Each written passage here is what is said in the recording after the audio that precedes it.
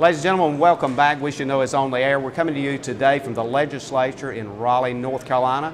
We're talking with Senator Brent Jackson as the legislature comes to a possible close here in the next few days, a short session that is. Senator Jackson, thank you for inviting us up today to talk about some of the significant issues that you have faced as, I guess, in somewhat of a new position as co-chair of the Appropriations Committee, which is a pretty powerful position, looking over over $20+ billion budget here in North Carolina. How are we doing so far, Senator? Well, J. David, appreciate y'all being here this morning. I think this will be good for our viewers out there in Sampson and the surrounding counties. We're coming along. It's been a slow process. It's a negotiations is what it's all about. The House and the Senate have each come up with their own budget, as well as our governor has come up with his budget. And it's always been a negotiation throughout history since they've been doing the short sessions, since the early 70s is when they started doing short sessions to tweak the budget. And so we've been making that progress, inching ever so slowly, as I might add, to trying to get to a final resolution, but I do expect one to be coming here shortly in the near future. Just to kind of, I guess, to get to an understanding for folks, the short session primarily is that time when you guys look at the budget itself, see what's left, and see how you're coming along from what was proposed in the long session. Is that correct? That is correct. Make sure we tweak it for the most part to see that everything is okay like it should be going. And there is sometimes some major changes in the short session budget, as we've seen in past, and there will be some, some tweaks to this one as well, which will be significant in some areas. Well, I know there's a number of things that's been going on in the legislature in the short session. Of course, a lot of folks, the mainstream media hits a lot of the kind of bullet points and so forth, but I want to dig a little bit deeper and get some perspective from inside the legislature, particularly from what you see as some of the most challenging or significant issues that you're facing now and that you see as we come to the last few days of possibly before closing this session. Well, the biggest thing I see that we've come into this year, we're still suffering some from the Great Recession we just came through, and our revenue streams are not back to where they should be and are not certainly back where they were at one time.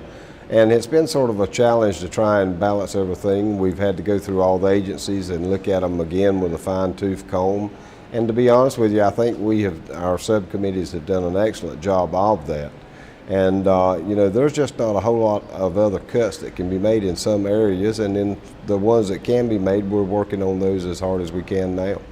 One of the things we've talked about before when you've been on this show is we've talked about the difference in North Carolina and the national budget, which there's a lot of differences in that. But the reality is North Carolina. We actually have a balanced one, by the way. You've got to have one by law, though. Is that not correct? That is correct. And so when we look at that and you look at the things going on here, you have done, and a lot of folks up here have done some quite heavy lifting for a short session, because you've looked at teacher pay raises, Medicaid is on the table as we speak, and going forward, do you see any one of those particular pieces of legislation moving to the long session, or is there going to be some conclusion here?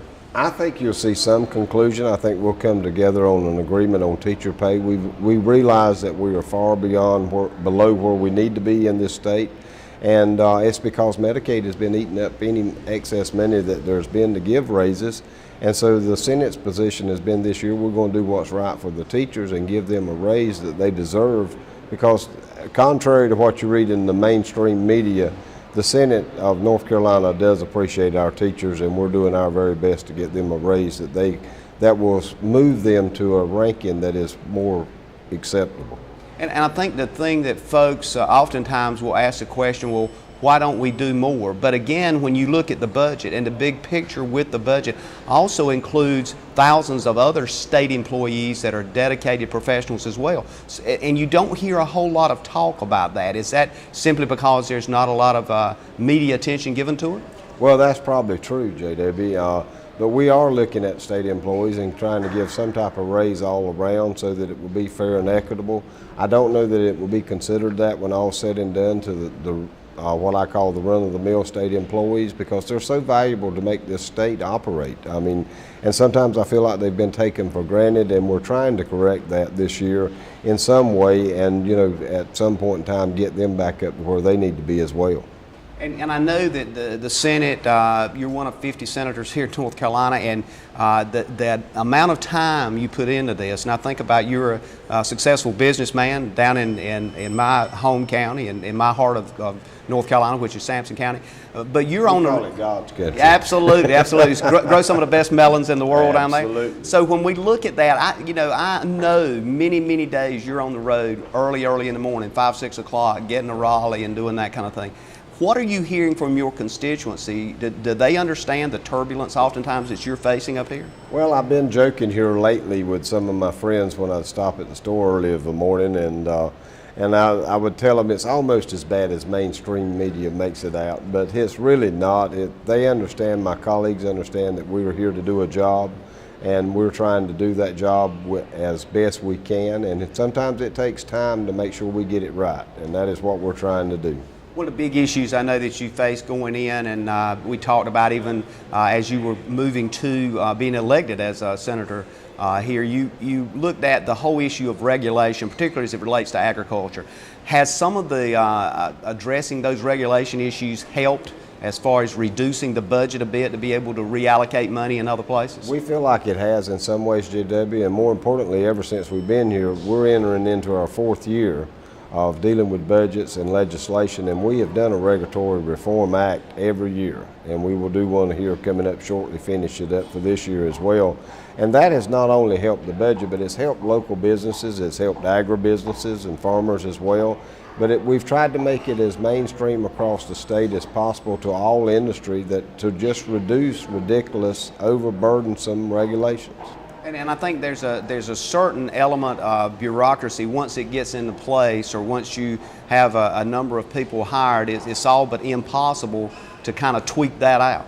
Well, as sadly things happen, they take their own life form and move on from there and become in silos. But we've done a tremendous job in cutting out those silos and trying to bring everybody to the table to understand the real needs of what's going on in North Carolina when it comes to industry and as growth as goes, as well as trying to improve our jobs. It's all about jobs. When all is said and done, we need jobs, especially in rural North Carolina, and that's what we have been trying our best to make it as simple as possible to get these manufacturing companies and these small businesses where they can hire more folks to create the jobs we need.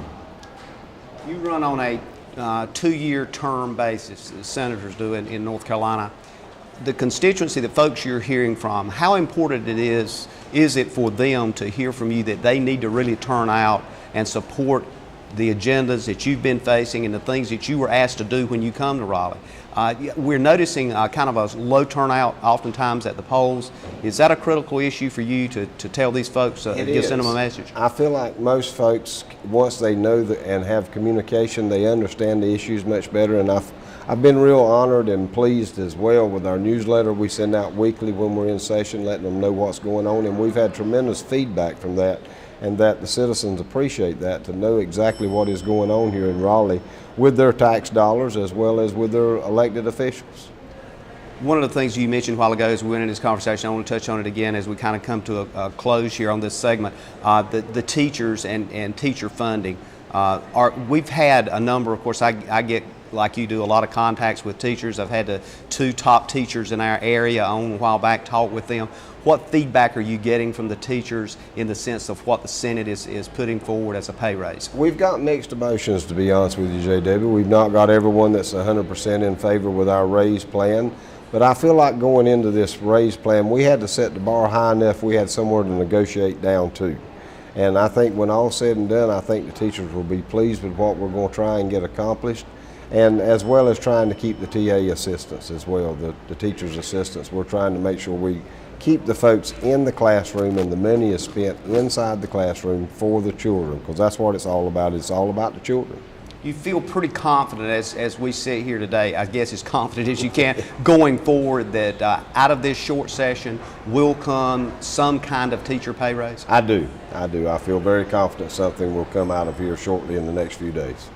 Well, as we look at that and as we think about what's coming up in the future, I just want to thank you for what you're doing. I thank you for your time being here. I know we're going to have to cut short this session a bit because you've got to get into a meeting. I think it would be good for folks to come up and see everything that does go on here.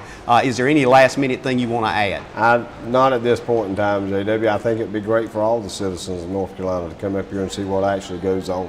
I think it'd be very educational for them. Certainly you've been cordial in inviting folks to do that, and I would just remind folks, as you sit on a very, very important committee, the Appropriations Committee, it looks at the entire scope of budget here in North Carolina and addresses that big area. So one of the things I think is important that we hear from you, not necessarily what one specialty group wants to hear from. So again, thank you for being with us, and any last minute comment before we go to close. Now I'm going to get the session and go try and do the right thing and vote. Ladies and gentlemen, we've been talking with Senator Brent Jackson. We've been talking about issues here at the legislature and the activities that happen in the legislature, particularly from inside the walls looking out. Oftentimes we get these issues and ideas from outside what may or may not happen. Senator Jackson sits on as co-chair of the Appropriations Committee right here at the legislature. Your money over a $20+ billion budget that's being proposed. Senator Jackson, I've just been told we got one more minute before I can let you go. Is there something that we need to know about this whole heavy lifting issue with Medicaid that you could touch on quickly? 30 seconds. On the Medicaid issue, we have got to get more in line with our neighboring states. Our programs are far exceeding what our neighboring states are doing, and it's just really draining our state dry. So we've got to take it though slow and cautious and make sure we look after our citizens that need the Medicaid services, but those that are abusing the program, that has got to be stopped. And predictability is a word I keep hearing coming from the Senate as well. We have to have predictability or we'll not be able to control our budget, and we haven't been able to do that for the last 10 years plus. And so we're trying to get some predictability into a budget. And we're looking at a multi-million-dollar expense in states' governments. So that's going to be a We're looking at a multi-billion-dollar expense. Huge impact, huge impact. Ladies and gentlemen, thank you for being with us. We're going to take a break. We're going to come back. We'll be talking to some additional senators and representatives that represent you right here in Raleigh.